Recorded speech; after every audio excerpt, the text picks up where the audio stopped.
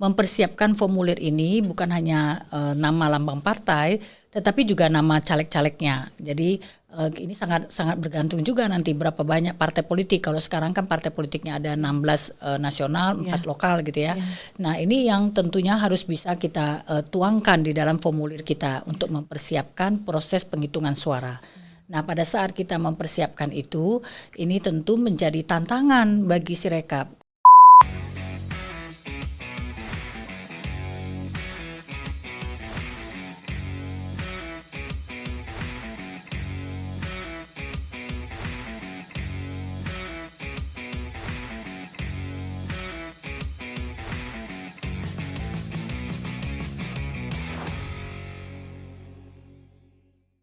Halo teman pemilih, apa kabar? Semoga teman pemilih semuanya sehat-sehat ya. Lama sekali nggak bertemu di podcast KPU RI dan kali ini di edisi perdana kembali setelah beberapa waktu kita sempat libur dulu karena kenaikan varian baru nih dari Corona. Akhirnya kita bisa bertemu lagi dengan teman pemilih untuk podcast KPU RI. Mudah-mudahan teman pemilih semua selalu sehat karena kami semua di studio juga alhamdulillah dalam keadaan sehat. Dan tamu spesial kita untuk hari ini juga yang pasti juga alhamdulillah berada dalam keadaan sehat. Kita temui bareng dong teman pemilih. Beri sambutan untuk Ibu Evi Novida Ginting Manik. Tepuk tangan dulu. Ibu apa kabar? Alhamdulillah sehat. Alhamdulillah sehat, senang ini sekali. Juga sehat nih. Alhamdulillah sehat Ibu, terima kasih sudah bertanya. Ibu, teman pemilih sudah lama menantikan kehadiran Ibu Evi di podcast KPRI dan akhirnya hari ini Ibu Evi berkenan untuk hadir dan kita bisa ngobrol bareng dengan Ibu karena kita lagi punya hal khusus yang mau kita ceritakan kepada teman pemilih ya Ibu. Oke. Ya, hari ini kita mau bercerita tentang event atau kegiatan yang baru saja selesai dilakukan oleh KPU RI kemarin sekitar tanggal 30 Maret kita melakukan sosialisasi Sirekap. Iya betul. Dan teman pemilih semua pasti juga mengikuti live streamingnya di kanal YouTube KPU RI. Dan hari ini kita akan mendengar cerita lebih banyak lagi dari Ibu Evi, salah satu pimpinan anggota KPU RI Republik Indonesia yang hari ini akan banyak bercerita kepada teman pemilih tentang Sirekap. Nah, teman pemilih sebelum kita mulai dan juga Ibu kita akan disclaimer dulu kepada semua teman pemilih bahwa sebelum melakukan proses syuting ini kita sudah melakukan tes antigen dan hasilnya dinyatakan negatif. Dan alhamdulillah Ibu. Alhamdulillah dan sehat-sehat. Sehat-sehat semua, insya Allah semuanya kita sehat sampai pandemi ini berakhir, amin. Dan seluruh tim yang bertugas di ruangan podcast kali ini semuanya tetap menggunakan masker dan alat dan juga ruangan juga sudah dilakukan desinfektisasi sebelum proses syuting dimulai. Insya Allah aman ya Ibu. Insya Allah. Iya, Ibu Evi baru kemarin sekitar mungkin minggu yang lalu KPU RI menggelar sosialisasi untuk penggunaan aplikasi Sirekap dalam proses penghitungan suara. Ibu, kita mau bercerita dari awal lagi aja dulu kepada teman pemilih karena teman pemilih ini kan banyak sekali dari masyarakat yang bukan semuanya adalah orang-orang yang bekerja atau berkutat di sekitar kepemiluan. Nah, Ibu, Sirekap itu sebenarnya apa sih Bu? Kita berawal dari situ dulu. Ya, Sirekap ini adalah sistem informasi rekapitulasi yang kita pilih ya untuk memberikan kemudahan ya bagi petugas kita ya dan juga sebagai bagian dari selain alat bantu dia untuk memudahkan petugas kita dalam bekerja dalam melakukan rekapitulasi, tetapi juga dia sebagai publikasi. Nah, publikasi terhadap hasil penghitungan suara di TPS. Jadi ini langsung karena dia prosesnya cepat yang bisa diakses publik ya. Dan tentu juga dalam rangka untuk memudahkan proses rekapitulasi, tahapan rekapitulasi yang juga kita harapkan bisa menjaga hasil suara di TPS ketika dilakukan rekapitulasi tetap sama. Kami berharap ya sebenarnya si rekap ini juga selain bisa menyelesaikan persoalan yang dihadapi dalam rekapitulasi, tetapi juga dia bisa digunakan sebagai penetapan hasil. Dan langkah berikutnya yang kami harapkan juga dari fungsi Sirekap ini adalah bagaimana kita sudah masuk ke dalam digitalisasi, di mana salinan-salinan yang cukup banyak selama ini harus dipersiapkan ya oleh KPPS pada saat selesai penghitungan suara, itu yang juga membuat mereka kelelahan dalam menyelesaikan tugasnya. Ini bisa digantikan dengan salinan digital. Itu yang kita persiapkan dengan Sirekap ini. Nah, mudah-mudahan ke depan fungsi-fungsi Sirekap ini bisa berjalan, bisa digunakan dalam penerapannya di pemilihan 2024 nantinya. Seperti itu teman pemilih, gambaran tentang Sirekap tadi, sistem informasi rekapitulasi. Jadi untuk teman pemilih yang baru banget mengikuti info-info kepemiluan dari kanal YouTube KPU RI untuk informasi kepemiluan itu. Jadi kalau zaman dulu nih teman pemilih, ketika kita menyelenggarakan pemilu atau pemilihan, itu kan semua penghitungan suara itu dilakukan manual.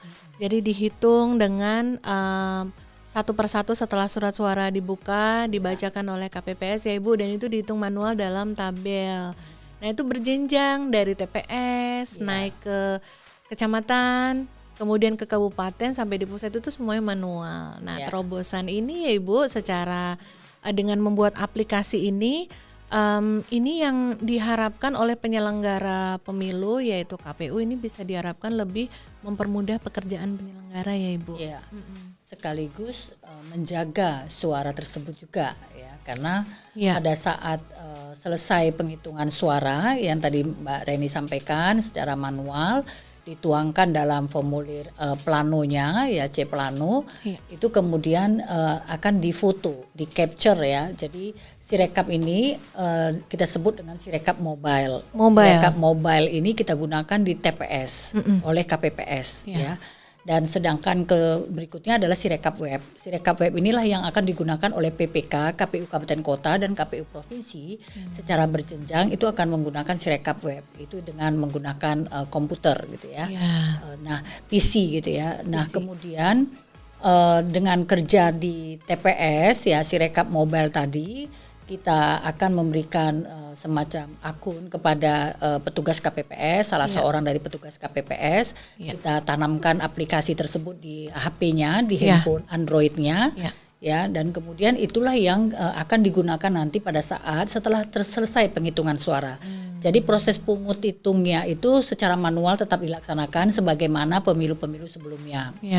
Nah, setelah penghitungan suara setelah dihitung kemudian dituangkan dalam plano, barulah di sana difoto oleh petugas KPPS kita masuk ke dalam aplikasi. Jadi di dalam aplikasi tersebut juga nanti akan ada, kalau misalnya fotonya kurang bagus masih bisa diulang untuk difoto ulang kembali sampai 5 sampai 7 kali. Nah, itu untuk memastikan ya bahwa data tersebut sama dengan yang ditulis dengan yang difoto. Ini kan semuanya disaksikan oleh saksi partai politik atau saksi calon ya. Nah, itu kemudian setelah menyaksikan itu bisa dilihat kalau sudah cocok, kemudian bisa dikirim ke server KPU. Nah, otomatis nanti semua bisa dipublikasikan, terpublikasi di Info Pemilu, dan kemudian masuk ke Sirekap web yang dimiliki oleh PPK KPU Kabupaten Kota. Nah, itu nanti yang akan digunakan selanjutnya untuk rekapitulasi. Jadi data yang kita hasilkan dari Sirekap ini adalah data data original, gitu ya, original dari C plano ya, pertama kali dilakukan penghitungan suara. Jadi tidak ada pengulangan gitu ya. Jadi langsung penghitungan suara itulah yang kemudian difoto dan dikirim. Dan itulah juga yang dipublikasikan. Betul. Nah, nanti dari aplikasi ini terus sudah terkonversi gitu ya, sudah terkonversi suara-suara tadi, dan kita akan bisa lihat hasilnya ya melalui Info Pemilu. Tetap juga foto C planonya juga bisa diakses, bisa dilihat gitu. Ya. Jadi bisa di compare lah kebenaran dari hasil foto dengan yang dikonversi itu. Iya. Betul Ibu, dan seperti teman pemilih ketahui, kalau kemarin teman pemilih sudah sempat ikut mengikuti pemilihan di 2020 Ibu, pemilihan yang kita selenggarakan waktu itu kan juga sudah menerapkan Sirekap. Pertama ya, Ibu. Uji coba untuk Sirekap di semua TPS dari 270 pilkada yang ada. Iya, betul. Daerah. Dan pasti teman pemilih juga ingat saat itu kan juga sudah ikut juga mungkin membandingkan atau menjadi saksi di mana kita juga bisa langsung melihat nih di webnya KPU, yaitu di info pemilu ya Ibu, bisa dilihat foto mungkin TPS kita, misalkan TPS tempat teman pemilih memilih, TPS X gitu. Bisa dicocokin langsung, tadi saya berada kok di lokasi TPS, hasilnya seperti ini, sama nggak dengan yang ada di sudah kita upload di web KPU di info pemilu, seperti itu ya Ibu? Iya, itulah yang kita harapkan dari Sirekap ya. Jadi pada hari H juga setelah penghitungan suara ini seharusnya bisa diakses semua ya, semua TPS. Nah, kemarin karena masih uji coba, kita secara bertahap, tetapi hasilnya untuk pemilihan gubernur sudah 100% bisa diakses, sedangkan untuk kabupaten kota ini 98,9% ya.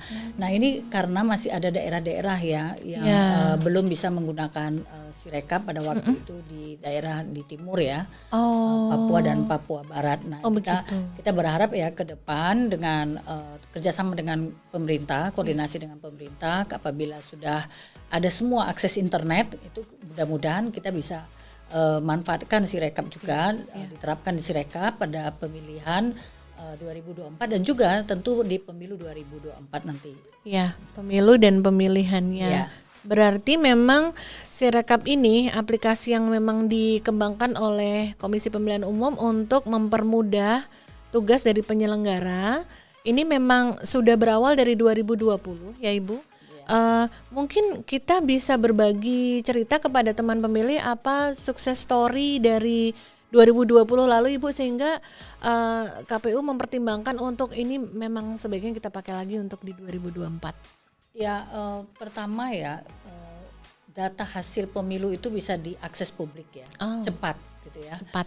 Jadi pada hari H saja sudah sampai 52% lebih ya, itu bisa diakses publik langsung. Nah, kemudian secara berangsur itu terus meningkat gitu ya. Di hari kedua sudah 66% ya bisa diakses ya. 66% dari seluruh TPS yang ada itu bisa diakses publik. Nah, tentu ini menjadi sangat penting ya, bahwa kerjanya Sirekap itu kemudian menjadi alat publikasi gitu ya, data hasil pemilu. Nah, itu menjaga suara yang sudah diberikan pada hari H, dan kemudian ini juga masuk ke rekapitulasi ya, sehingga teman-teman di PPK kabupaten kota ini tidak perlu lagi misalnya melakukan pembacaan satu persatu. Jadi mempersingkat waktu dalam rekapitulasi. Kemudian ini menjadi acuan bersama.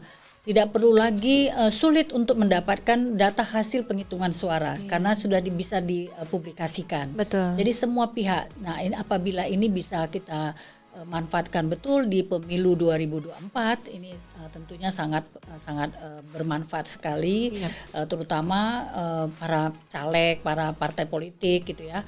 Tidak perlu misalnya kesulitan dalam mengakses hasil penghitungan suara. Nah, apalagi kalau misalnya kita ini bisa menggunakan salinan digital ya, yang yang sebagai satu hal yang juga sangat penting dari Sirekap ini.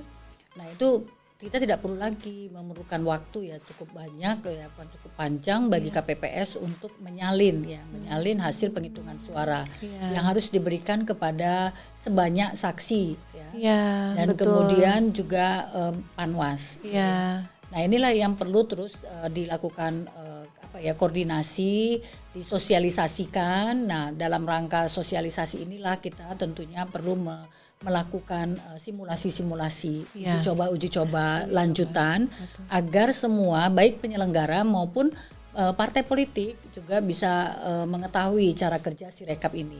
Nah, salah satu juga yang kita dapatkan pada saat penerapan Sirekap di pemilihan kepala daerah, di mana karena semua mendapatkan akses terhadap hasil penghitungan suara tersebut, itu kemudian rekapitulasinya sudah berjalan sangat mudah, dan ini bisa menyelesaikan konflik yang biasanya muncul pada saat rekapitulasi. Jadi tidak ada lagi persoalan-persoalan yang bisa menimbulkan konflik ya, perdebatan, perbedaan data yang dimiliki, karena data ini sudah terpublikasi. Jadi semua sudah memegang data yang sama gitu ya. Tidak ada perbedaan. Nah, oleh karena itulah ini kemudian bisa meminimalisir ya, sangat meminimalisir meminimalisir konflik yang biasanya muncul pada saat rekapitulasi di tingkat PPK.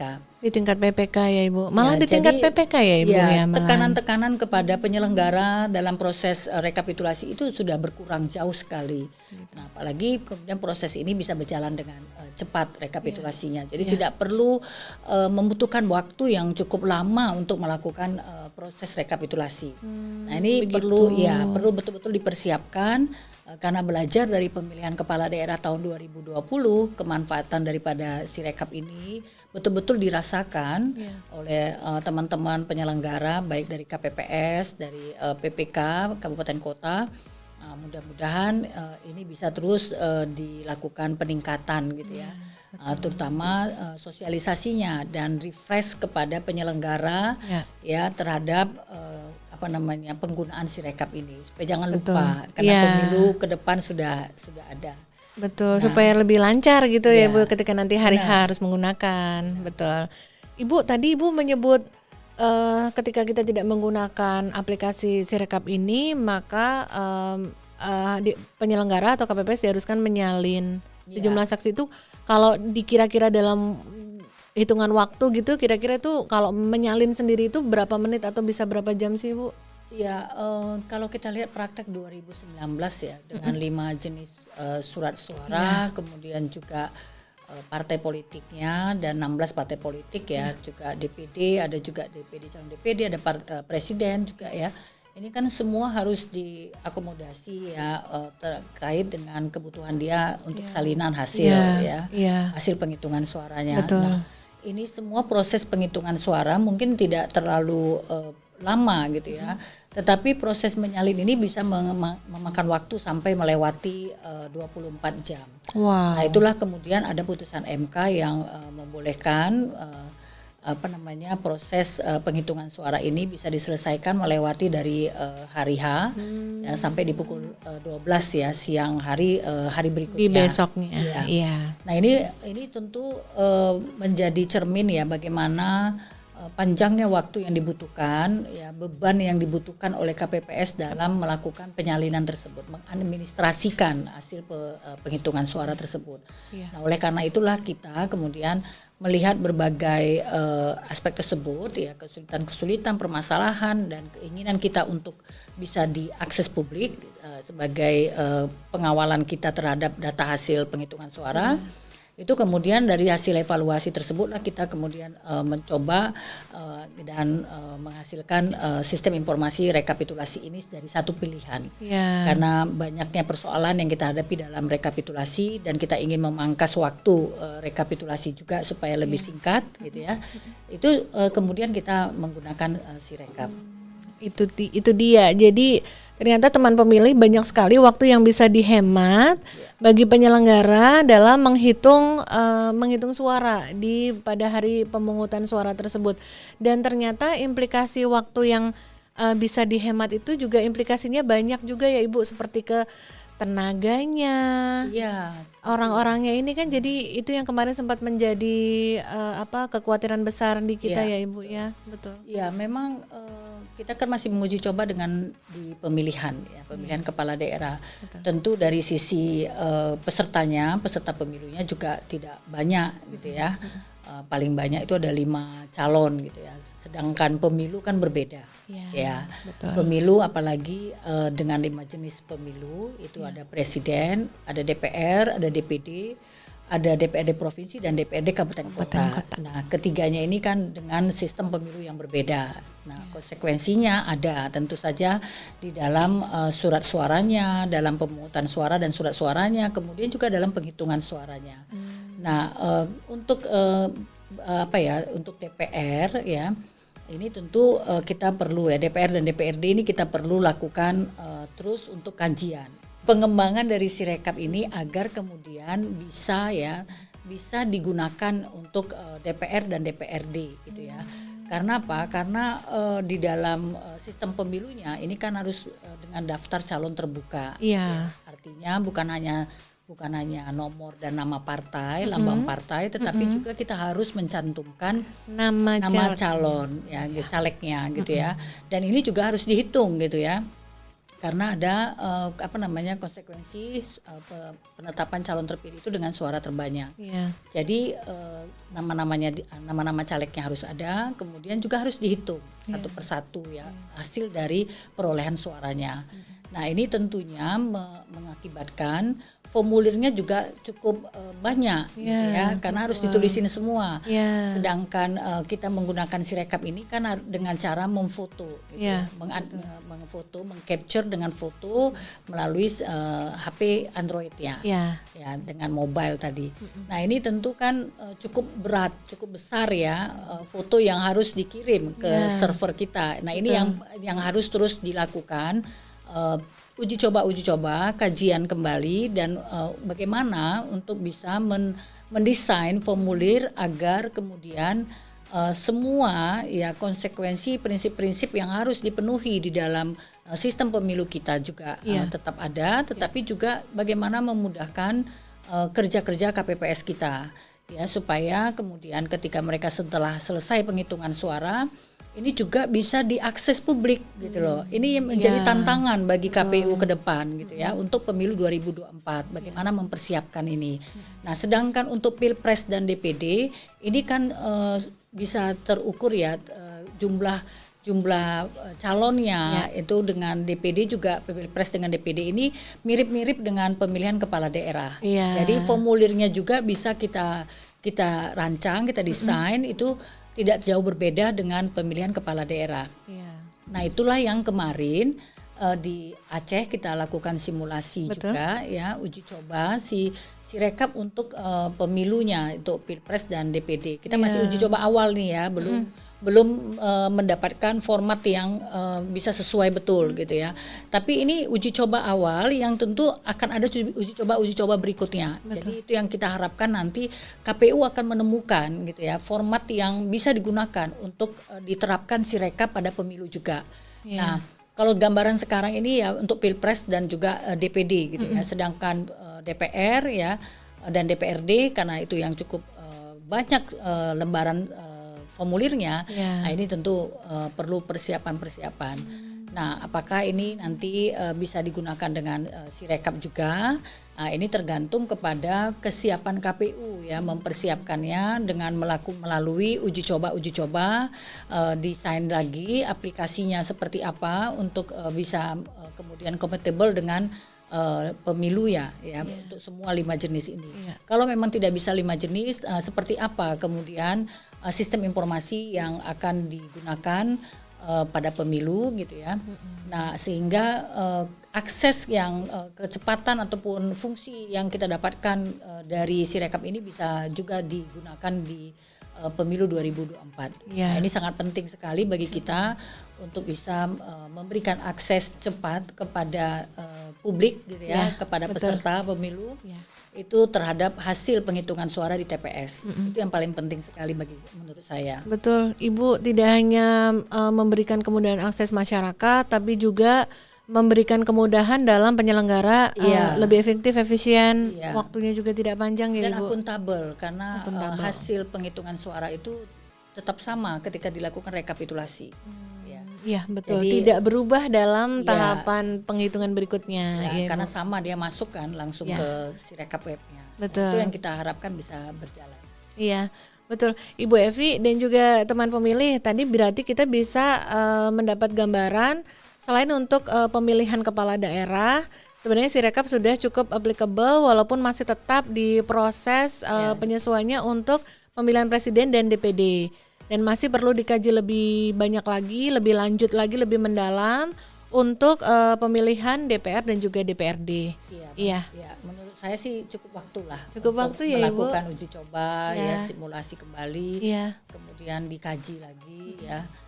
Dan untuk pemilihan kepala daerah, saya pikir Sirekap sudah siap untuk bisa diterapkan kembali. Betul. Nah, dan tentu fungsinya lebih tinggi lagi. Fungsinya lebih tinggi. Iya, bisa menggunakan salinan digital dan juga bisa dijadikan sebagai penetapan hasil. Itu dia, istimewa sekali. Mudah-mudahan. Ya, mudah-mudahan ya Bu, kita bekerja terus untuk bisa mengembangkan itu ya. Kita akan masuk kepada sesi menjawab pertanyaan netizen. Dan sudah ada beberapa pertanyaan yang masuk di kita pakai IG Story KPU RI untuk teman pemilih bisa menanyakan hal-hal yang ingin diketahui kepada Ibu Evi langsung. Dan Ibu, kita sudah menyaring beberapa pertanyaan dan ini ada 2 yang agak cukup mirip, Ibu. Jadi nanti Ibu mungkin bisa jawabnya sekaligus ya. Izin saya bacakan ya, Ibu. Dari teman pemilih Ricky Cecep RJG, dia menanyakan, Ibu Evi, bagaimana penerapan Sirekap pada pemilu 2024 yang sangat kompleks? Agak-agak mirip, Ibu, dengan teman pemilih satu lagi, Dodi Inspirasi. Dia bertanya, apakah Sirekap dapat diterapkan untuk Pileg 2024 yang kompleks dalam kurung proporsional terbuka dan multi partai? Ya. Silakan, Ibu. Ya, baik. Tadi juga saya sebenarnya kan sudah menyampaikan ya apa yang kita rencanakan, persiapkan untuk pemilu 2024. Ya, kita tahu betul bagaimana kompleksitasnya, tetapi ini merupakan tantangan bagi KPU. Bagaimana kita juga bisa memanfaatkan teknologi untuk pemilu legislatifnya. Nah, kenapa? Karena memang ada sistem pemilunya yang berbeda ya. Jadi ada 3 sistem pemilu ya, ada proporsional terbuka, distrik dan juga ada mayoritas gitu ya. Nah, ini tentunya menjadi tantangan bagi KPU untuk bisa mempersiapkan diri dalam penyelenggaraan pemilu 2024. Salah satunya karena kita sudah pernah menguji coba Sirekap, kita juga mencoba untuk melakukan semacam persiapan bagaimana Sirekap ini kemudian apakah bisa kita gunakan untuk pemilu 2024. Nah, pertama yang kami cari tentunya adalah bagaimana Sirekap ini, tentu yang pertama sekali kita persiapkan adalah formulirnya. Jadi formulir untuk Sirekap yang kita bisa persiapkan itu untuk presiden, pilpres dan juga DPD gitu ya. Ini sudah kita coba rancang buat formatnya dan itulah yang kita uji coba kemarin di Aceh. Sedangkan untuk pileg yang proporsional terbuka yang tadi saya juga sudah sampaikan bagaimana kita harus bisa kemudian mempersiapkan formulir ini bukan hanya nama lambang partai tetapi juga nama caleg-calegnya. Jadi ini sangat bergantung juga nanti berapa banyak partai politik. Kalau sekarang kan partai politiknya ada 16 nasional, 4 lokal gitu ya. Nah, ini yang tentunya harus bisa kita tuangkan di dalam formulir kita untuk mempersiapkan proses penghitungan suara. Nah, pada saat kita mempersiapkan itu, ini tentu menjadi tantangan bagi Sirekap. Karena kalau di pemilihan kepala daerah, kita itu memutu hanya 3 lembar. Gitu ya, 3 lembar atau sampai 4 lembar lah paling banyak gitu ya, kalau ada calonnya sampai 5 gitu ya, untuk formulir planonya penghitungan suara untuk dimanfaatkan Sirekap ini untuk menggunakan Sirekap. Nah, kalau nanti pemilu legislatif dengan daftar calon terbuka, ini kan lembarannya cukup banyak. Yang sudah kita coba simulasikan itu ada 16 lembar ya. 16 lembar untuk DPR di provinsi dan DPR di kabupaten kota masing-masing nih 16 gitu ya. Nah, ini rancangan yang sedang kita siapkan. Nah, itu juga tentu menjadi satu persoalan tersendiri. Bagaimana ketika difoto kemudian fotonya cukup banyak gitu ya. Nah, bagaimana nih? Apakah kemudian KPPS-nya bisa memutus segitu banyak gitu ya? Dan ketika harus dikirim, ini kan cukup berat gitu ya, cukup besar yang harus dikirim datanya gitu ya. Nah, ini bagaimana kemudian kemampuan pengiriman, kemampuan sinyal yang ada, dan juga bagaimana kemudian server yang ada kita persiapkan untuk bisa pengiriman ini. Nah, inilah yang sekarang sedang kita lakukan kajian. Mudah-mudahan nanti dalam beberapa kali uji coba dan juga desain yang kita harapkan nanti dari format formulirnya dan juga bagaimana kemudian aplikasi ini bisa disiapkan. Apakah kita masih bisa menerapkan Sirekap untuk DPR dan DPRD atau mungkin cara kerjanya yang kita rubah atau kita carikan jalan keluarnya, solusinya, alternatif solusi untuk prosedur kerja dari si Rekap untuk pilegnya. Jadi nanti tinggal bagaimana kita mempersiapkan proses bisnis yang akan kita gunakan dalam Sirekap untuk pileg. Ini apakah punya kemampuan kita untuk bisa mengirim data sebegitu besar atau dengan cara seperti apa gitu ya. Nah, ini yang tentunya masih perlu dilakukan kajian ya, diuji cobakan dan juga mudah-mudahan nanti KPU ke depan bisa mempersiapkan itu dengan baik. Nah, ini memang tantangan yang harus kita hadapi. Iya. Terima kasih ya Ibu, jawabannya jelas sekali. Mudah-mudahan Kak Riki Cecep dan juga Kak Dodi Inspirasi bisa cukup mendapat gambaran ya. Jadi memang ini masih menjadi tantangan dan kita sama-sama berupaya untuk mewujudkan yang terbagus versinya nanti ya. Ya, mudah-mudahan. Mudah-mudahan, amin. Terima kasih ya Ibu sudah menjawab pertanyaan dari sama-sama. Dari teman pemilih dan jangan kemana-mana teman pemilih, kita masih akan ada sesi yang seru lagi setelah ini. Tetap di kanal YouTube Komisi Pemilihan Umum Republik Indonesia.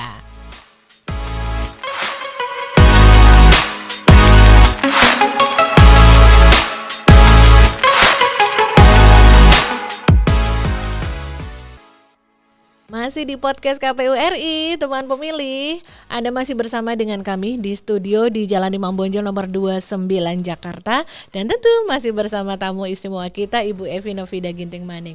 Teman pemilih, kalau sudah lihat di meja ada fishbowl ini, teman pemilih pasti tahu kan artinya apa. Berarti kita berada di NKCTP. Nanti kita cerita tentang pemilu.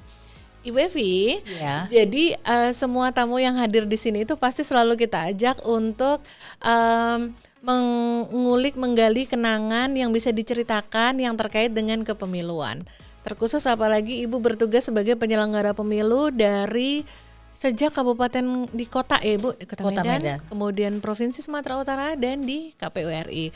Pasti banyak sekali cerita atau kenangan yang sangat melekat dalam kenangan atau memori Ibu Evi. Ibu mohon Ibu ambil satu gulungan dulu. Kita lihat kata apa yang akan men-trigger kenangan Ibu. Iya, silakan dibuka Ibu. Ya. Oh, perempuan. Wow. Perempuan. Ya, coba Ibu kira-kira ingat, kira-kira Ibu ada memori apa ya yang terkait dengan kata itu tapi sangat berkesan untuk Ibu, sangat Ibu akan ingat selamanya, Ibu akan kenang sebagai hal yang luar biasa dalam perjalanan Ibu bertugas sebagai penyelenggara. Ya, tentu kalau saya ingat kata-kata perempuan, bagaimana saya yang paling penting ketika proses seleksi KPU provinsi dan KPU kabupaten kota, saya tuh punya semacam dorongan lah ya untuk bisa meningkatkan ya jumlah perempuan di penyelenggara pemilu. Ya. Nah, ternyata tantangannya cukup banyak. Banyak ya, Bu, cukup ternyata. banyak tantangan. Pertama, kalau di tingkat kabupaten kota memang animo perempuan untuk ikut seleksi KPU di kabupaten kota itu juga tidak banyak gitu ya, tidak tinggi gitu ya, sehingga ini tentu saja dari awal ya akan sulit untuk bisa merekrut perempuan gitu ya. Nah, kemudian di provinsi gitu ya, bagaimana kita bisa kemudian menerapkan ya afirmasi gitu ya untuk memberikan perlakuan khusus kepada perempuan ya. Apabila misalnya belum bisa memenuhi gitu ya untuk persyaratan ataupun tingkat-tingkat seleksi yang kita siapkan. Nah, ini tentu bagi saya bukan karena perempuan itu tidak mampu, tidak bisa, tetapi memang kita masih kurang banyak ya untuk bisa perempuan ini bisa mengakses informasi-informasi terkait dengan kepemiluan. Nah, ini yang perlu kita terus dorong ya, terutama di kabupaten kota, bagaimana kita bisa mempersiapkan calon-calon perempuan untuk bisa menjadi penyelenggara pemilu. Nah, mudah-mudahan dari kader-kader ya Desa Peduli Pemilu, terus khusus kepemiluan dan lain sebagainya, itu akan muncul perempuan-perempuan yang punya perhatian terhadap penyelenggaraan pemilu, dan ini sangat penting sekali. Dari sana kita nanti akan punya calon-calon pemimpin perempuan ya ke depan. Nah, apa yang saya jalani dari KPU Kota Medan, KPU provinsi sampai ke pusat, ini tentu perlu menjadi contoh untuk jejak gitu ya, jejak perjalanan yang tentunya saya harapkan banyak perempuan nanti akan mengikuti jejak tersebut. Yang tentu kita harapkan nanti sampai di puncak juga jangan hanya ada satu perempuan, tetapi ada lebih dari satu perempuan yang akan duduk di jabatan strategis di KPU gitu ya, jadi anggota KPU gitu ya. Nah itu yang tentunya kita harapkan. Ya, sentuhan perempuan itu berbeda dengan laki-laki. Pasti gitu ya. berbeda ya Ibu ya. Ya, itu yang kita harapkan bisa kita tingkatkan terus. Nah ini yang saya terus terang belum berhasil untuk mencapai ya minimal jumlah perempuan 30% di tingkat kabupaten kota dan di provinsi. Itu tentu saja menjadi PR lah ya bagi yang berikutnya, mudah-mudahan bisa diangkat terus jumlah perempuannya. Dan saya belum berhasil untuk itu.